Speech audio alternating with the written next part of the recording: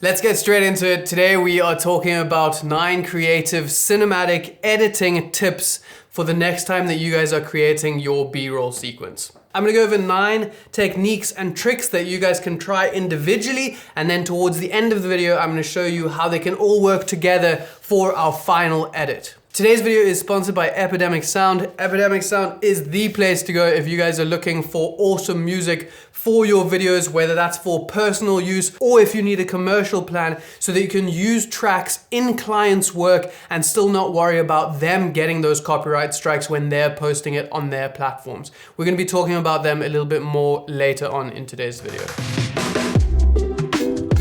Let's get straight into it with tip 1, and that is having a music track that has a bit of a story arc or a beginning, middle, and end. Most likely when you download your track from Epidemicsound, it is gonna be 3 to 4 minutes long, as all tracks are. And these days, for the most part, the cinematic B-roll sections you're gonna be editing are much, much shorter, 30 seconds, a minute, whatever it might be. We can split it and splice together the parts that we are going to want to use. I like to take a bit of a beginning. There's a slow build up here that I can have my introductory footage. Then I like to cut a bit of a crescendo or a nice big drop off where I can have all my action, my interesting footage, fast paced stuff. And then I also like to have a bit of an ending. You can beat match them and cut them together perfectly where you'll have a seamless cut between those and no one will know the difference. Now you've basically just taken that 4-minute song and you've made it 30 seconds. This is something that you guys really need to work on and master because it's something that I will do in every single cinematic B-roll section that I'm gonna be creating.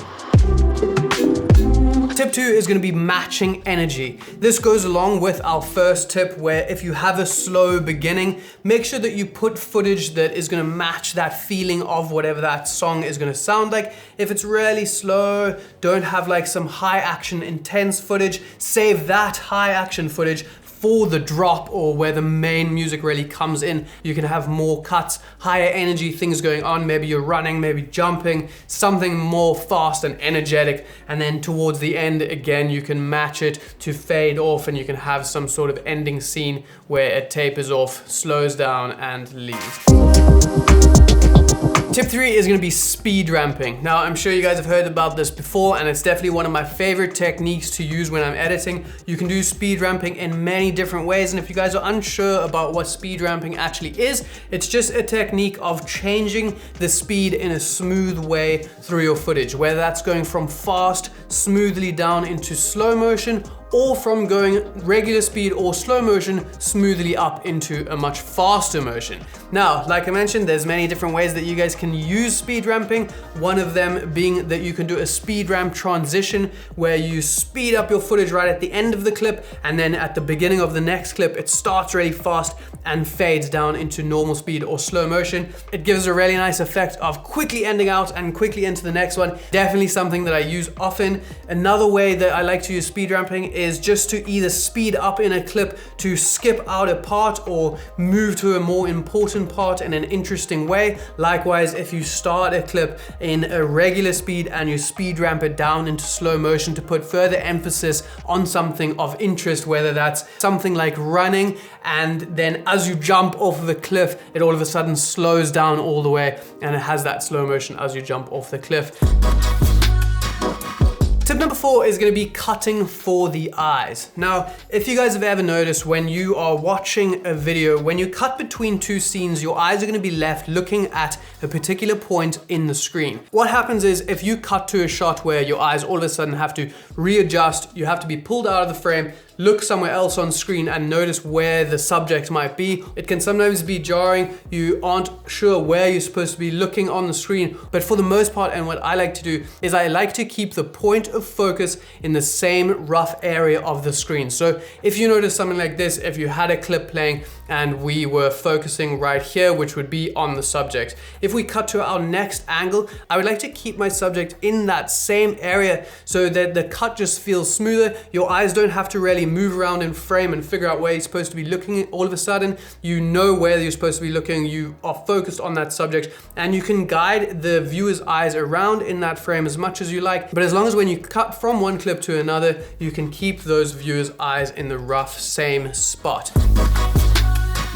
Tip 5 is gonna be pockets of pacing. Now, when you guys are cutting, it's of course really important to cut your different clips to the beats of the music. That's gonna be a nice way that you should be editing. But something that's really important is if you cut on the beat at the same part every single time, what happens is your cuts become very predictable and the viewer expects them, making it a little bit boring. Let's do another example where we take a look at the same sequence with the same clips, just cut at different parts to match the track. So let's have a look at the first one that is going to be all on the same part of the beat. Pretty good, nice video, works well, but every single clip is on the same part. It's predictable. Let's have a look now where we have different pockets of editing and see how different it can look using those exact same clips in the same part of the track. Okay, way different, right? Way more interesting, and it's gonna hold the attention of the viewer because they don't know what's happening next. It's different cuts at different times and they're not gonna be able to predict when the next cut is gonna be. Tip 6 is gonna be matching the movements. Now, matching the movements to the music is something that's really important, and like we mentioned with cutting on the beats and having your cuts work with the music, it's important to take it one step further and actually have the actions that are happening in that frame match the music as well. Whether that's someone landing on the ground as a beat hits or someone jumping as a uplifting sound happens, matching the movements and the flow of the actual video clip to the part of the music is something that separates the beginner editors from those professional editors. And I think it's something that really makes your whole video flow into almost like a dance between that video footage and whatever's happening in it and that track that you have paired with it. Tip 7 is gonna be directional cuts. Now, this is a great way to do another smooth transition between two clips.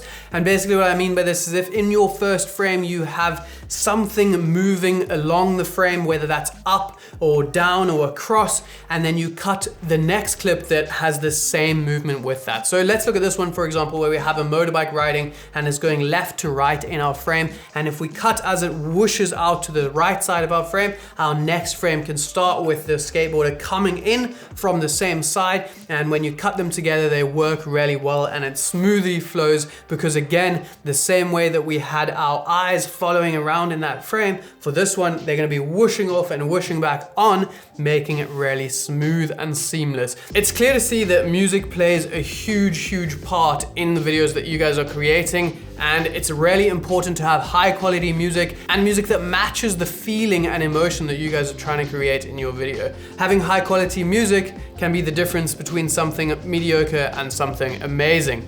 Today's video is sponsored by Epidemicsound. Epidemicsound has the most amazing music on the internet for creators to use. If you guys want to check it out, I've left the link down in my description, and you can get a 30-day free trial just to check what it's all about, and undoubtedly you guys are gonna fall in love with it. Something that I really like about Epidemicsound is they offer a personal plan for you guys just to use on your videos, whether that's on YouTube or Instagram, but they also have a commercial plan. So if you guys are ever doing video for clients or anyone else that the videos aren't gonna be hosted on your own platforms, you can still make sure that those clients or any of those other people are not gonna get the copyright strikes on their channels either by having that commercial plan. You don't have to pay hundreds or thousands of dollars to license that one track for that client video. Now it's just included in your commercial plan with Epidemicsound.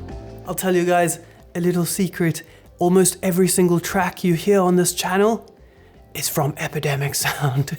So if you guys want to try out Epidemicsound and see the music they have on offer, like I mentioned, there is a link in my description for a 30-day free trial. Free trial on me, guys. On me and on the guys at Epidemicsound. Go check it out. Absolutely worth it. Tip 8 is gonna be the direction of flow. Now, if you guys have ever watched some movie where there's maybe a chase scene or some sort of action scene, generally they are gonna keep the movement of travel the same direction. So if you have your character running from left to right, the next shot is most likely gonna be left to right, keeping that movement in the same way. If all of a sudden your next shot is moving in the opposite direction, it's a bit disorientating. It feels like they're all of a sudden running back to where they came from, and it's a good idea for you guys to keep any of your movements going in the same direction through that sequence. Here's a nice little trick. If you guys filmed one of your clips in the opposite direction to the other clips and it's going in the wrong way, you can throw a horizontal flip and it's gonna flip that image over and make it go in the same direction. Only thing you guys need to look out for is maybe you have something that's not gonna make sense if it's flipped. Maybe it's something like some writing. If that is the case, there is another way, and that is by reversing the speed of the clip so that it's playing backwards.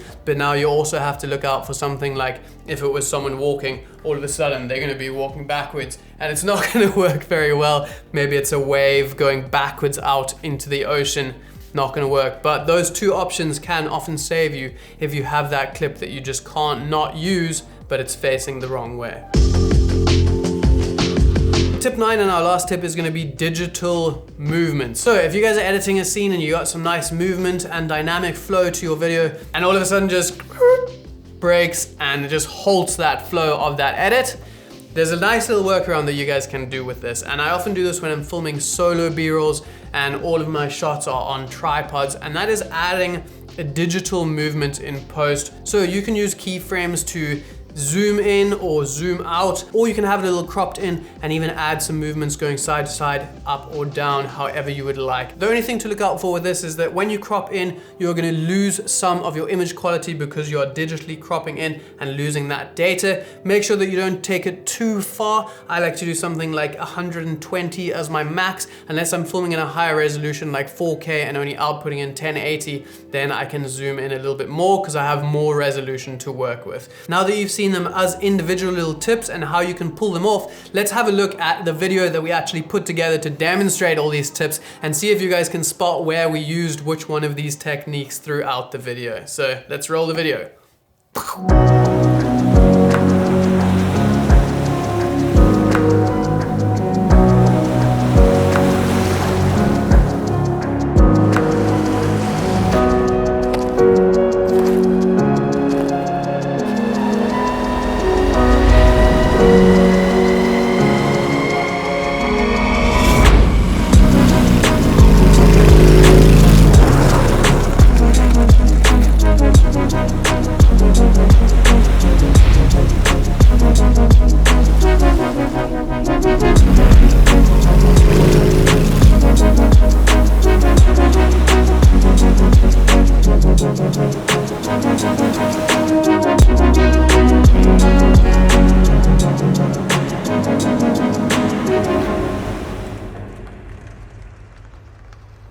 That was it. So be honest, when you guys were watching that video, could you notice any of the tips that we were discussing? If you did, leave them down in the comments and let me know which ones you guys could see happening in the video and which ones were some of your favorites. Remember that if you guys are looking for music or sound effects for your videos, Epidemicsound is the place to go. And if you guys check out the link in the top of my description, you can get a 30-day free trial, absolutely free. That is it, and I will see you guys in the next one.